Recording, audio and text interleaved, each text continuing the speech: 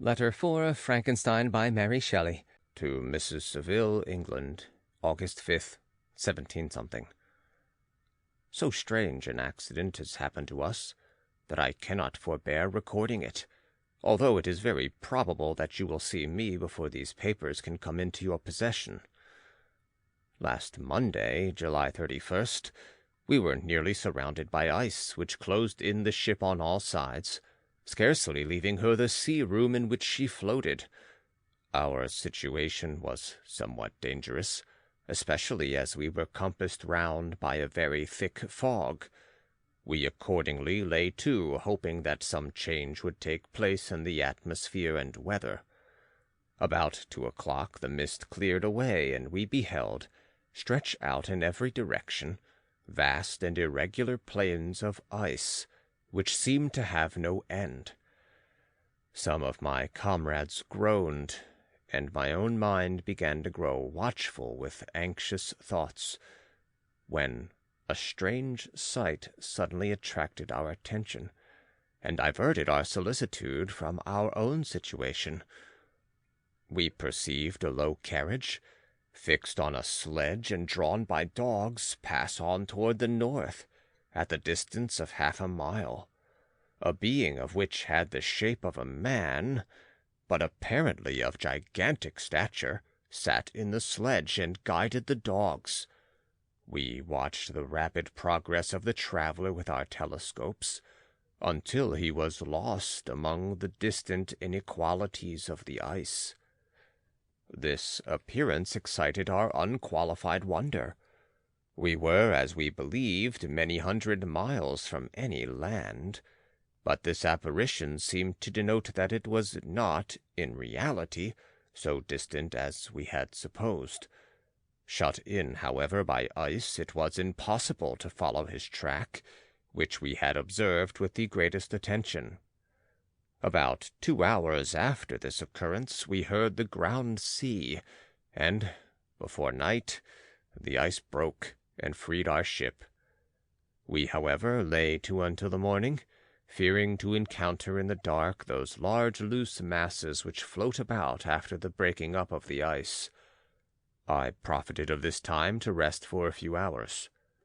In the morning, however, as soon as it was light, I went upon deck and found all the sailors busy on one side of the vessel, apparently talking to someone in the sea. It was, in fact, a sledge, like that we had seen before, which had drifted toward us in the night on a large fragment of ice. Only one dog remained alive, but there was a human being within it, whom the sailors were persuading to enter the vessel. He was not, as the other traveler seemed to be, a savage inhabitant of some undiscovered island, but an European. When I appeared on deck, the master said, "Here is our captain, and he will not allow you to perish on the open sea." On perceiving me, the stranger addressed me in English, although with a foreign accent. "Before I come on board your vessel," said he, "will you have the kindness to inform me whither you are bound?"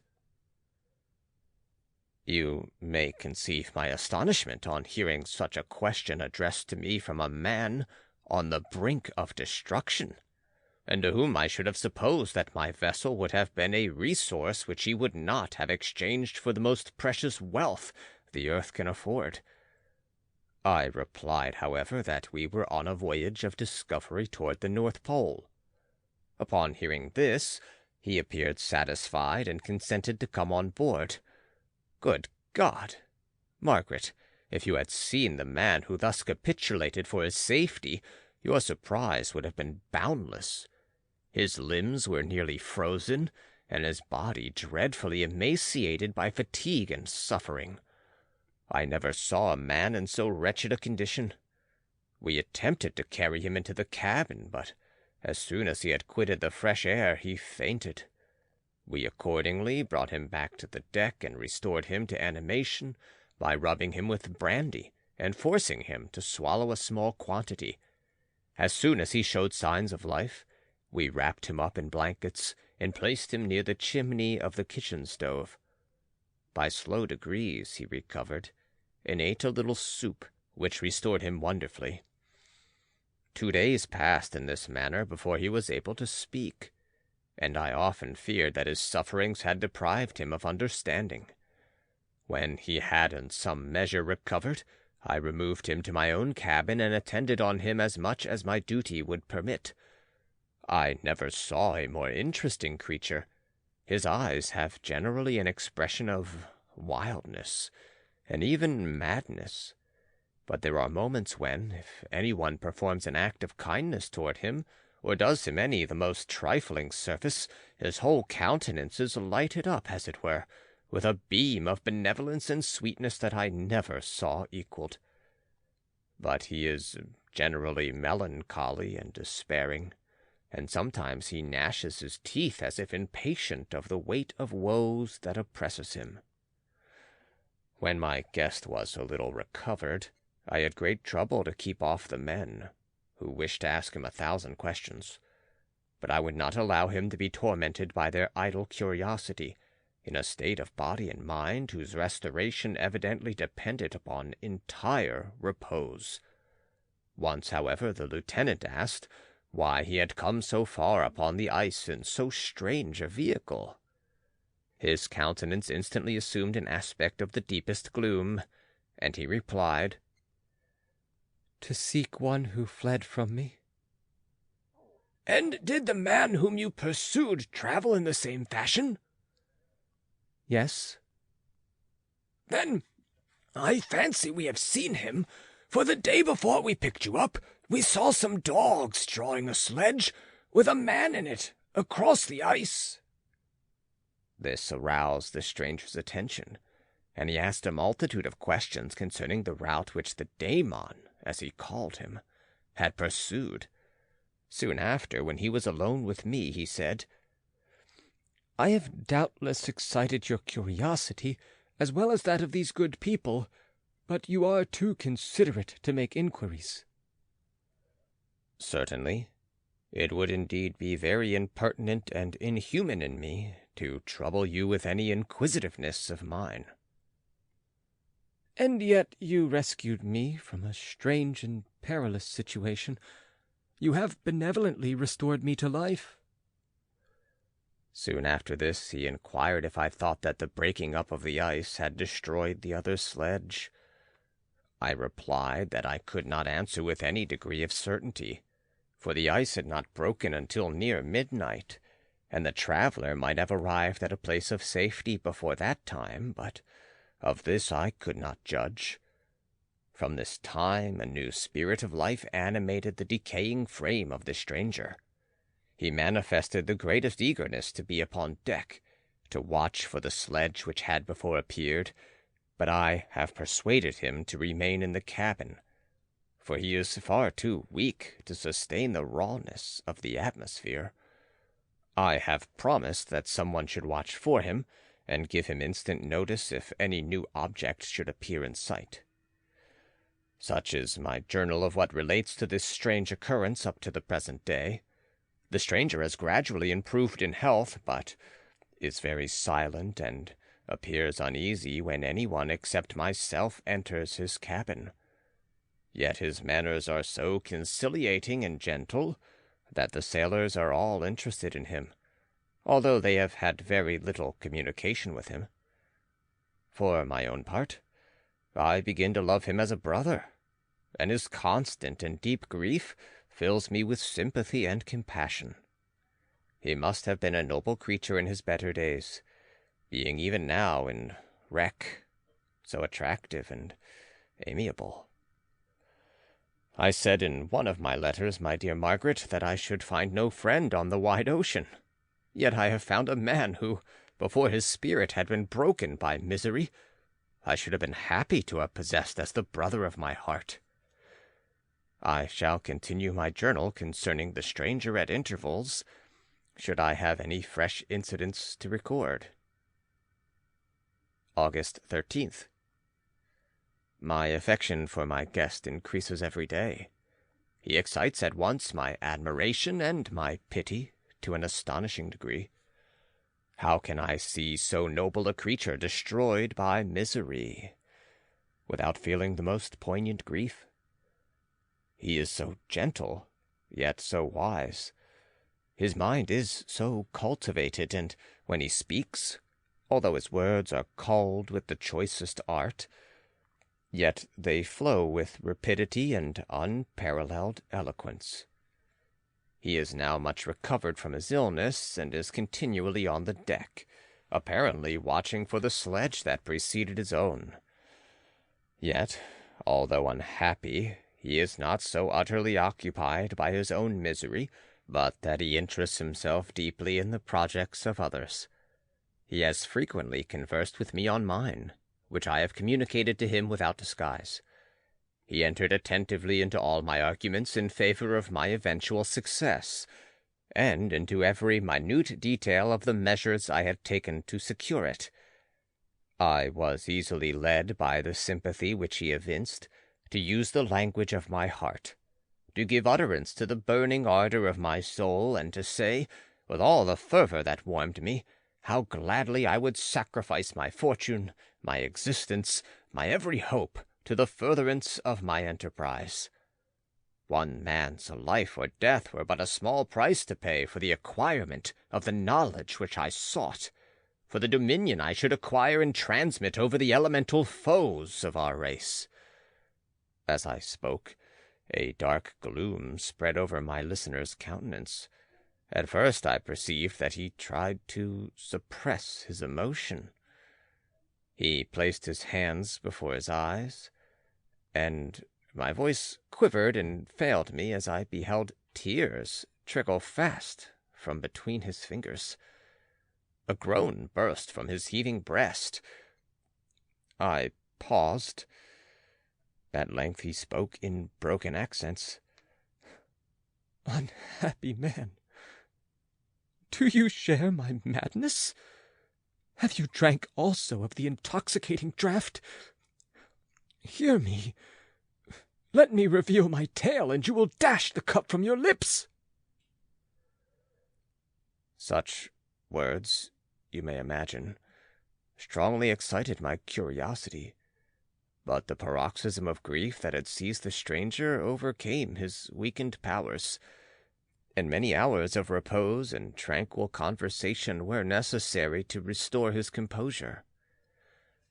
Having conquered the violence of his feelings, he appeared to despise himself for being the slave of passion, and, quelling the dark tyranny of despair, he led me again to converse concerning myself personally. He asked me the history of my earlier years. The tale was quickly told, but it awakened various trains of reflection. I spoke of my desire of finding a friend, of my thirst for a more intimate sympathy with a fellow mind than had ever fallen to my lot, and expressed my conviction that a man could boast of little happiness who did not enjoy this blessing. "I agree with you," replied the stranger. "We are unfashioned creatures, but half made up. If one wiser, better, dearer than ourselves, such a friend ought to be, do not lend his aid to perfectionate our weak and faulty natures. I once had a friend, the most noble of human creatures, and am entitled, therefore, to judge respecting friendship. You have hope, and the world before you, and have no cause for despair. But I have lost everything, and cannot begin life anew." As he said this, his countenance became expressive of a calm, settled grief that touched me to the heart. But he was silent, and presently retired to his cabin. Even broken in spirit as he is, no one can feel more deeply than he does the beauties of nature. The starry sky, the sea, and every sight afforded by these wonderful regions seems still to have the power of elevating his soul from earth. Such a man has a double existence. He may suffer misery and be overwhelmed by disappointments, yet when he has retired into himself, he will be like a celestial spirit that has a halo around him, within whose circle no grief or folly ventures. Will you smile at the enthusiasm I express concerning this divine wanderer? You would not if you saw him. You have been tutored and refined by books and retirement from the world, and you are therefore somewhat fastidious. But this only renders you the more fit to appreciate the extraordinary merits of this wonderful man. Sometimes I have endeavored to discover what quality it is which he possesses that elevates him so immeasurably above any other person I ever knew. I believe it to be an intuitive discernment, a quick but never failing power of judgment, a penetration into the cause of things unequaled for clearness and precision. Add to this a facility of expression, and a voice whose varied intonations are soul-subduing music. August 19th. Yesterday the stranger said to me, "You may easily perceive, Captain Walton, that I have suffered great and unparalleled misfortunes. I had determined at one time that the memory of these evils should die with me. But you have won me to alter my determination. You seek for knowledge and wisdom, as I once did, and I ardently hope that the gratification of your wishes may not be a serpent to sting you, as mine has been. I do not know that the relation of my disasters will be useful to you, yet when I reflect that you are pursuing the same course, exposing yourself to the same dangers which have rendered me what I am, I imagine that you may deduce an apt moral from my tale, one that may direct you if you succeed in your undertaking, and console you in case of failure. Prepare to hear of occurrences which are usually deemed marvelous. Were we among the tamer scenes of nature, I might fear to encounter your unbelief, perhaps your ridicule. But many things will appear possible in these wild and mysterious regions, which would provoke the laughter of those unacquainted with the ever-varied powers of nature.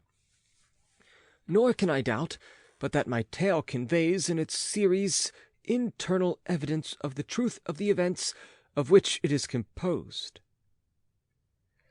You may easily imagine that I was much gratified by the offered communication, yet I could not endure that he should renew his grief by a recital of his misfortunes. I felt the greatest eagerness to hear the promised narrative, partly from curiosity, and partly from a strong desire to ameliorate his fate, if it were in my power. I expressed these feelings in my answer. "I thank you," he replied, "for your sympathy, but it is useless. My fate is nearly fulfilled. I wait but for one event, and then I shall repose in peace. I understand your feeling," continued he, perceiving that I wished to interrupt him. "but you are mistaken, my friend, if thus you will allow me to name you. Nothing can alter my destiny. Listen to my history, and you will perceive how irrevocably it is determined." He then told me that he would commence his narrative the next day when I should be at leisure. This promise drew from me the warmest thanks. I have resolved every night, when I am not imperatively occupied by my duties, to record as nearly as possible in his own words what he has related during the day. If I should be engaged, I will at least make notes. This manuscript will doubtless afford you the greatest pleasure, but to me, who knew him, and who hear it from his own lips, with what interest and sympathy shall I read it in some future day? Even now, as I commence my task, his full-toned voice swells in my ears, His lustrous eyes dwell on me with all their melancholy sweetness. I see his thin hand raised in animation, while the lineaments of his face are irradiated by the soul within. Strange and harrowing must be his story. Frightful the storm which embraced the gallant vessel on its course, and wrecked it thus. End of Letter 4. Recording by John Van Stan, Savannah, Georgia.